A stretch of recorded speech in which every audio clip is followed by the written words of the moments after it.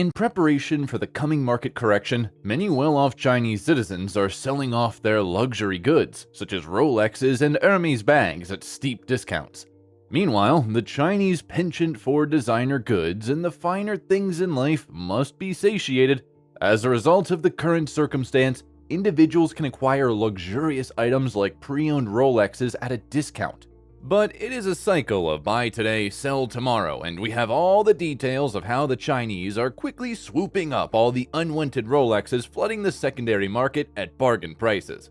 While the world has been finding ways to adjust fully to the post-pandemic, things have been a little, tighter in China.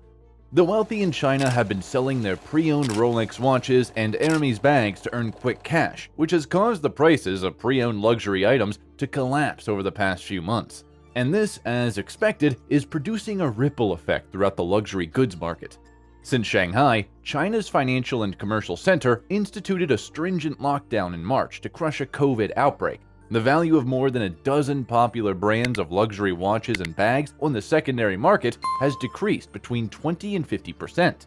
This is because Shanghai is the center of China's financial and commercial industry. The limits imposed in Shanghai and dozens of other places have dealt a severe blow to the proprietors of small businesses, many of whom built huge collections of luxury goods during times of economic prosperity. On the other hand, as a consequence of the frequent lockdowns, their financial resources have been diminished. Because of an ongoing effort to manage a disease epidemic, tens of thousands of tourists who are visiting Hainan, China's Hawaii, have been unable to depart the island since the middle of August. The Chinese government is marketing Hainan as a duty-free paradise despite the controversial zero-COVID policy that President Xi Jinping has instituted. In Hainan, Chinese consumers may purchase the same high-end goods that they used to be able to get in cities such as Paris, Rome, and London.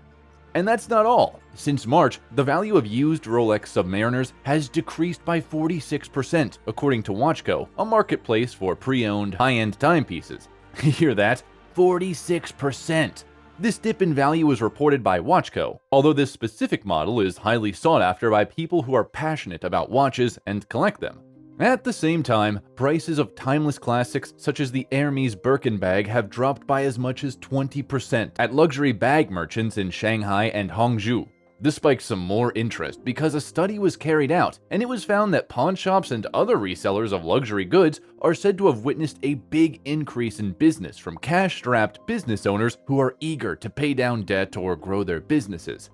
Yes, in case you are wondering, pawn shops also resell expensive products. So, here's the thing.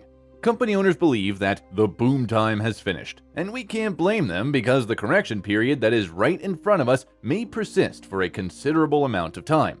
Take James Wang, for instance. He sells second-hand luxury watches in the eastern city of Nanjing. And here's what happened with Wang. Wang purchased 0 Patek Philippe's and 5 Rolex Submariners in the first 3 months of this year from distressed owners. But he was able to purchase 6 Patek Philippe's and 29 Rolex Submariners from troubled owners during July alone. According to Wang, Patek Philippe timepieces are not designed to be acquired, but rather are intended to be handed down from one generation to the next. That is not the case in a critical situation involving a company. In the 6 months leading up to Shanghai's closure, there was a 240% spike in the value of pre-owned Rolex Submariners. Dealerships in Shanghai and Hangzhou that raised their prices at the beginning of the year have recently lowered the cost that they are asking for their products. An investor in watches who also owns a business selling electric heaters in the city of Wuxi in eastern China stated that the recent price hikes were pure speculation and could not be sustained for long periods because they were unsustainable. Sam Zhu observed that the weak economy can't support a luxury boom, and he went on to say that he wouldn't buy luxury watches again unless the price is decreased by an additional 30%. This shift is highly significant for China's $74 billion luxury goods industry, where the second-hand luxury subsegment has lagged behind the United States and Japan. Zhu Teiniki, the Shanghai-based creator of second-hand luxury goods marketplace ZZER, is capitalizing on China's coronavirus-driven economic downturn by looking for retail space to expand its firm.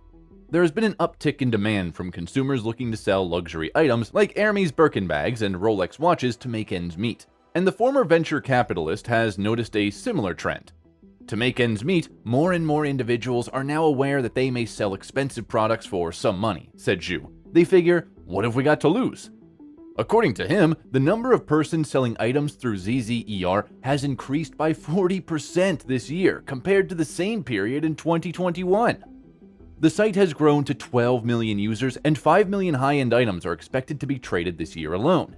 This shift is a major indicator of the changing fortunes of China's 74 billion luxury goods industry, where the second-hand luxury subsegment has lagged behind that of other markets like Japan and the United States, due to the consumer's penchant for the brand new and their apprehension of unwittingly purchasing a fake. It could affect the strategies of the world's largest luxury goods producer, which have focused heavily on the Chinese market, but are now facing sluggish sales there. The enthusiasm shown by China may move the needle for some brands to think about how they're going to handle this resale market and what role they're going to play in the whole process. But there's more. iResearch, a market research firm, predicted at the end of last year that China's pre-owned luxury goods industry will expand to 30 billion by 2025, up from an estimated 8 billion in 2020. There have been no newly issued projections as of yet for this year.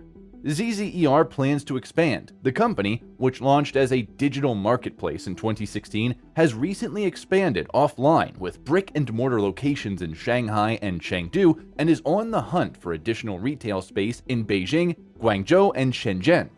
In addition to ZZER, popular regional alternatives include Fiyu, Panhu, and Plum. To enhance authentication procedures, broaden consumer reach, and in certain cases transition from online-only to online-offline models, each of them attracted tens of millions of dollars in venture capital funding in 2020 and 2021. Analysts anticipate that domestic firms will continue to hold sway in China's luxury resale industry for the foreseeable future. Global retailers like Vestiaire Collective and The Real have not yet entered the mainland China market, and they have told Reuters that they have no intention to do so anytime soon. Zhu noted that while handbags are still the most popular items sold on luxury e-commerce sites like ZZER, sales of watches and jewelry are increasing rapidly.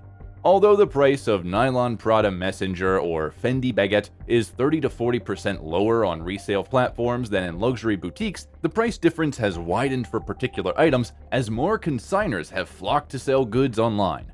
Wu Huimin, who has been selling vintage items for over a decade and who started her Ding Dang store in Guangzhou and now ships items all over the country via live streams, claims that market speculators have driven up the price of high-end luxury items. According to Wu, the price of a Rolex Submariner increased about 250% between 2020 and 2021, but has since dropped by as much as 60% in 2019. China is full of people like Huimin and Wang, people who would pray for irrational consumption and hope for stability at the same time. But can you blame them? Even though the prices of luxury watches have increased globally, the middle class are suffering the most from it, or so it seems. So, let us ask you this. What are your predictions for the Chinese luxury watch market?